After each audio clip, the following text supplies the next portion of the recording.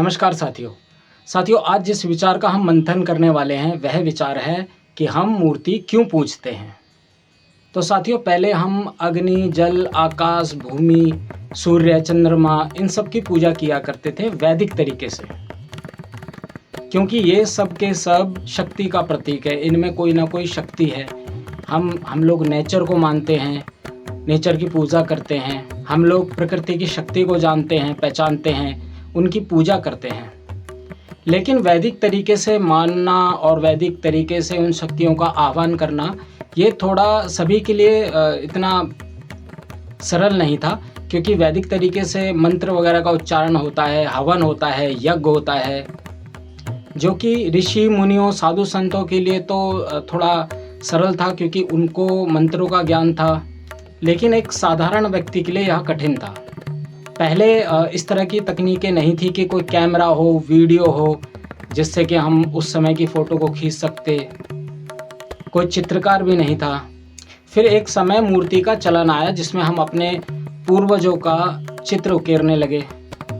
तो उसी समय हम लोगों ने जो ये नेचर की शक्ति है, जो पावर है जल में, अग्नि में, आकाश में, वायु में, तो हम इन सब की शक्तियों को हमने पत्थरों में उकेरना आरंभ किया। तो इस तरीके से मूर्ति का चलन और ज़्यादा बढ़ा। यदि हम ध्यान करें वायु का, जिनकी शक्तियों को हम मानते हैं, लेकिन यदि हम वायु का ध्यान करें तो यह हमारे लिए लगभग असंभव है, क्योंकि वायु को हमने देखा नहीं।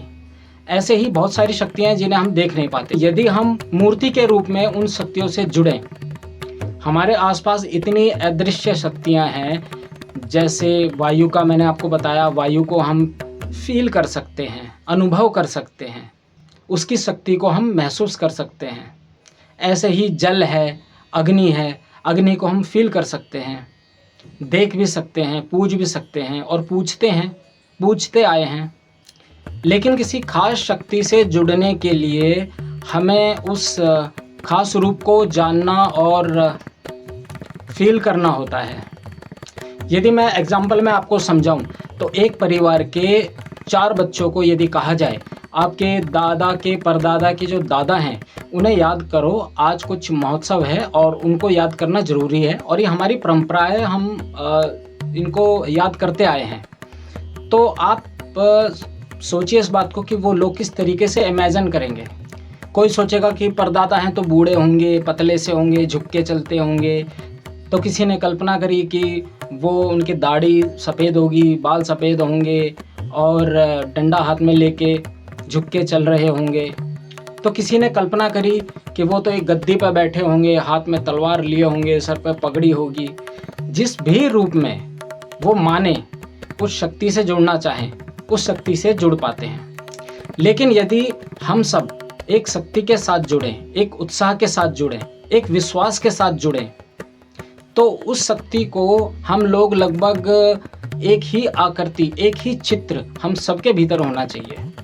जैसे यदि मैं आपसे कहूँ चाय, तो हम सबके माइंड में एक ही इमेज आइए कि एक कप होगा, उसमें चाय होगी, उसके कलर भी हम लोगों ने कल्पना कर ली। अब मैं कहूँ रोटी, दूध, समोसा, मिठाई, तो लगभग हम सभी लोगों ने एक ही इमेज अपने दिमाग में बनाई है।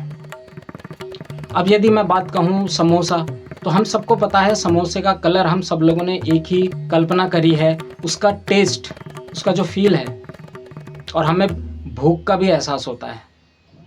तो ऐसे ही किसी भी एक शक्ति से जुड़ने के लिए हम सब लोग एक ही विचार में, एक ही उत्साह में, एक ही विश्वास में एक होकर के जुड़ जाते हैं। जैसे यदि गणपति जी की बात की जाए, तो गणपति जी जो हैं हम सबको पता है, हमारे दिमाग में एक ही चित्र आया है सबके। तो अब हम उस शक्ति से जुड़ेंगे जो हम जानते हैं कि गणेश जी काम को शुभ करते हैं, इसीलिए हम कोई भी काम करने से पहले गणेश जी का नाम लेते हैं, उनका नाम जपते हैं, उनसे रिलेटेड एक खास मंत्र का उच्चारण करते हैं। इस तरीके से हम एक शक्ति के साथ सबके सब जुड़ जाते हैं। ऐसे ही यदि बात की जाए जन्माष्टमी की, तो कृष्ण जी की जो छवि है वो हमारे मस्तिष्क में आती है। हम उसी उत्साह के साथ, उसी विश्वास के साथ, उसी ही शक्ति से जुड़ जाते हैं जिनके वह प्रतीक हैं। जब भी बात की जाए जन्माष्टमी की तो हमें पता है कि मटकी फोड़ी जाएगी, ह्यूमन टावर बनाया जाएगा, हर्षो उल्लास होगा, कृष्ण जी को झूले में झुलाया जाएगा, मंदिर सजे होंगे, मेले लगे होंगे। तो जब हमारे सबके दिमाग में एक ही चित्र उभर करके आता है तो हम उसी हर्षोल्लास के साथ, उसी विश्वास के साथ, उस शक्ति के साथ जुड़ जाते हैं। हर एक शक्ति के अलग अलग रूप हैं। जैसे यदि शिव जी की बात की जाए तो जैसे ही हम बोलते हैं शिव जी या गणेश जी, शायद ही कोई होगा जिसके दिमाग में अलग एक चित्र बनाएगा, नहीं तो लगभग पूरी दुनिया में जो भी जानते हैं सबके दिमाग में एक ही चित्र उभर करके आएगा। तो यदि बात शिवजी जी की करें तो पता है शिवजी जी कौन सी शक्ति के प्रतीक हैं। शिवजी जी पूरी प्रकृति के मालिक हैं। उनकी जटाओं में बहती गंगा सागर तक जाती है, तो उनके रूप में हम जल को भी पूजते हैं। और लगभग शिवजी जी में सारी शक्तियां हैं, तो हम जब शिवजी जी को पूजते हैं तो हम पूरी शक्ति को पूजते हैं। अग्नि आकाश की भी शक्ति उनमें अपार शक्तियां हैं। सभी लगभग सारी शक्तियां शिवजी जी के अंदर हैं। तो जब हम शिवजी जी को पूजते हैं तो एक प्रकार से हम सभी शक्तियों को पूजते हैं, हम उस शक्ति को फील करने लगते हैं। तो जैसे पहले था वैदिक काल में हम लोग इन हवा की पूजा करते थे, अग्नि की पूजा करते थे, पृथ्वी जल आकाश इनकी पूजा करते थे। लगभग हम ये वही चीज़ें हैं, हमने उन शक्तियों को मूर्तियों के रूप में पूजना शुरू कर दिया है। अब जैसे बात की जाए हनुमान जी की, तो सबके मन में एक ही विचार आया, और हनुमान जी की शक्ति क्या है हमें पता है, तो हम उस शक्ति के साथ कनेक्ट हो पाते हैं। इसमें हमारे सूर्य देव भी आ जाते हैं, क्योंकि जब बात हनुमान जी की जाए तो सूर्य देव भी आते हैं, पवन पुत्र हनुमान, तो हम हवा के साथ भी जुड़ते हैं। ऐसे ही हर तरह की अपनी एक शक्ति है। तो बताना चाहूँगा कि हम यहाँ पर मूर्ति को नहीं पूजते, हम पूजते हैं किसी खास शक्ति को मूर्ति के रूप में। और उन मूर्तियों के साथ हमारे पूर्वजों की भी मूर्तियाँ हैं जिन्हें हम पूजते हैं।